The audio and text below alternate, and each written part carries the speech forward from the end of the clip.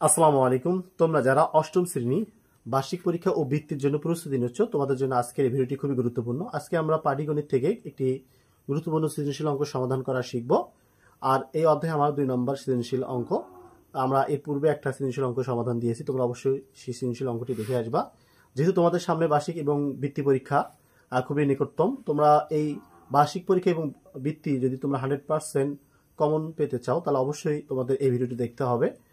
আমি চেষ্টা করব তোমাদের পাটিগণিত থেকে কমপক্ষে 8 থেকে 10টা সৃজনশীল দেওয়ার জন্য, যাতে করে তোমরা 100% কমন পেয়ে যাও। আর আমার এই চ্যানেল যদি তোমরা নতুন হয়ে থাকো, চ্যানেলটিকে সাবস্ক্রাইব করে নাও। আর যারা আমার ফেসবুক পেজে বা আইডিতে আমার ভিডিওটি দেখতেছো, অবশ্যই ভিডিওটিকে তোমরা শেয়ার করে সকলের মাঝে পৌঁছে দেবো। তোমরা দেখো, যে অঙ্কে বলা আছে যে জাবির সাহেব 8% হারে 10,000 টাকা ব্যাংকে জমা রাখলেন। কতে বলা আছে যে তিনি সরল মুনাফা 3 বছর সরল মুনাফা তার কত হবে।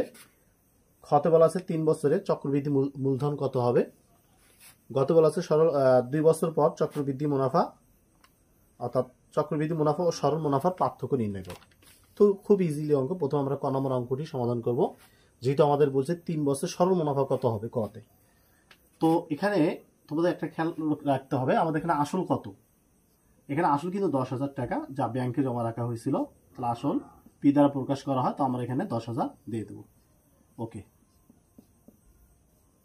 এখানে আমাদের আসল 10,000 টাকা। এখানে মুনাফা হারটা কত? মুনাফার হার আমরা 8 দ্বারা প্রকাশ করতে হবে, যেহেতু এখানে 8% রয়েছে। 8% বলতে এখানে উপরে 8, নিচে কি 100। যদি আমরা ভাগ করে দিই তাহলে 0.08 হবে। ওকে, তাহলে এখানে সময় হচ্ছে 3 বছর। সময় কি 3 বছর। তো এখানে আমাদের সরল মুনাফা বের করতে হবে। তাহলে সরল মুনাফা আমরা জানি, সরল মুনাফা সূত্র I = PNR। এখন যদি মানগুলো বসে আমাদের অ্যান্সার চলে আসবে। তো পির মান হচ্ছে এখানে কত? 10,000। আমি 10,000 বসাবো। ওকে, এরপর আমাদের গুণন 3 গুণন 0.08। এখন যদি তুমি এটা ক্যালকুলেটরে গুণন করে দাও, তাহলে হিসাবটা হবে এরকম 2400 টাকা। কত হবে? 2400 টাকা। এটি হচ্ছে আমাদের ক নাম্বার প্রশ্নের সঠিক অ্যান্সার। খতে বলা আছে যে 3 বছর পরে তার চক্রবৃদ্ধি মূলধন কত হবে। তাহলে সেম একইভাবে আমাদের সবকিছু লিখতে হবে, কিন্তু এখানে 3 বছর চক্রবৃদ্ধি মূলধন চাইছে। তাহলে আমরা পি সমান কত পাইছি? 10,000। ওকে, তারপর এখানে আমরা এন সমান আমরা লিখতে পারি, যেহেতু 3 বছর, তো আমরা এখানে 3 বছর দিয়ে দেব। ওকে, আর আর এর মানটা আমরা পাইছি কত? 0.08, যা মুনাফার হার। তো এখন আমাদের চক্রবৃদ্ধি মূলধনের সূত্রটা কি? তাহলে চক্রবৃদ্ধি মূলধন আমরা জানি সি দ্বারা প্রকাশ করা হয়। সি সমান P into 1 plus R to the power N. এখন আমি যদি মানগুলো বসাই, তাহলে আমরা মান বসাতে পারি। এখানে পির মান হচ্ছে কত? 10,000 টাকা। ওকে, 10,000 বসালাম। এরপর এখানে 1 প্লাস আর এর মান হচ্ছে 0.08, আর এর মান হচ্ছে 3 বছর। ওকে, তো এখন যদি এটাকে আমরা এভাবে লিখি 10,000, এরপর গুণন, এটা যদি যোগ করে দেই তাহলে আসবে 1.08, এরপর পাওয়ার কত? 3। তো এটাকে আমরা 3 বার গুণন করবো, অর্থাৎ 1.8কে আমরা 3 বার গুণন করবো, যেহেতু কিউব আছে। ঠিক আছে, 1.259712।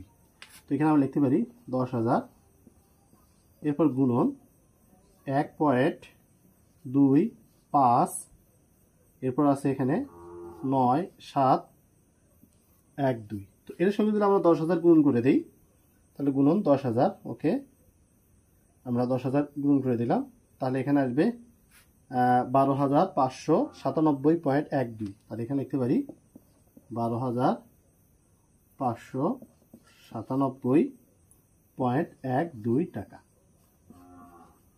এটি হচ্ছে আমাদের চক্রবৃদ্ধি মূলধন, অর্থাৎ 12,597.12 টাকা। এটি তোমরা বুঝতে পারছো।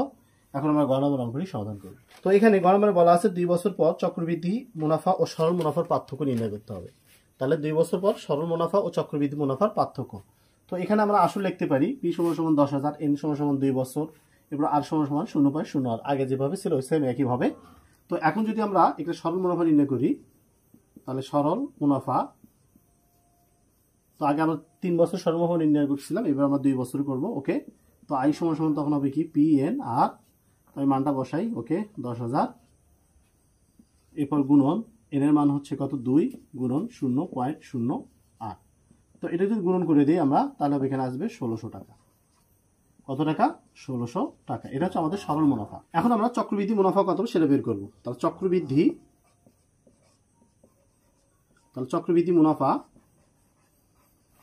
আমরা জানি সি মাইনাস পি তো এখানে আমরা P into 1 plus R to the power N minus এখানে আমরা পি দিয়ে দিলাম ওকে তো এখানে আমি 10,000 নিয়ে নেব ওকে তো 1 প্লাস আর এর মান হচ্ছে 0.08 এরপর আমরা স্কোয়ার দেব মাইনাস পি তো এখন যদি আমরা দেখি 10,000 ওকে আশা করি তোমরা ক্যালকুলেশন করতে পারবা তো এখানে আছে 1 এখানে লিখতে পারি 0.08 এরপর আমরা স্কোয়ার দিতে পারি এরপর মাইনাস পির মানটা বসে দেই 10,000 ওকে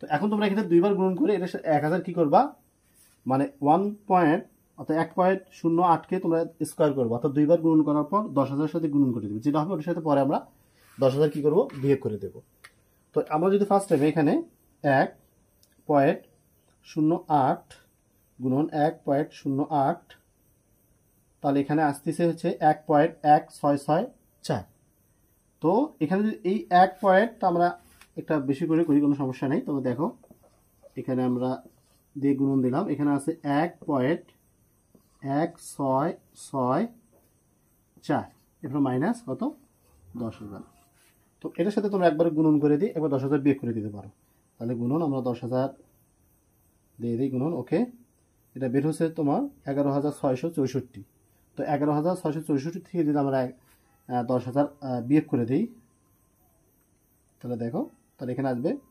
1,664 তাহলে এখানে আসবে 1,664 টাকা এটা আমাদের চক্রবৃদ্ধি মুনাফা ঠিক আছে আমরা কি করলাম এটাকে দুইবার গুণন করার পর যেটা বের হলো অর্থাৎ 1.1664 এটার সাথে আমরা 10,000 গুণন করলাম 10,000 গুণন করলে আসে এখানে 11,664 তো এটার সাথে আমরা যদি 10,000 বিয়োগ করে দিই তাহলে আসবে 1,664 যেহেতু আমাদের বলছে সরল মুনাফা চক্রবৃদ্ধি মুনাফার পার্থক্য অর্থাৎ এই যে সরল মুনাফা আর চক্রবৃদ্ধি মুনাফা আমাদের পার্থক্য নির্ণয় করতে হবে তাহলে আমরা আগের মতোই আমরা লিখতে পারি ওকে সরল মুনাফা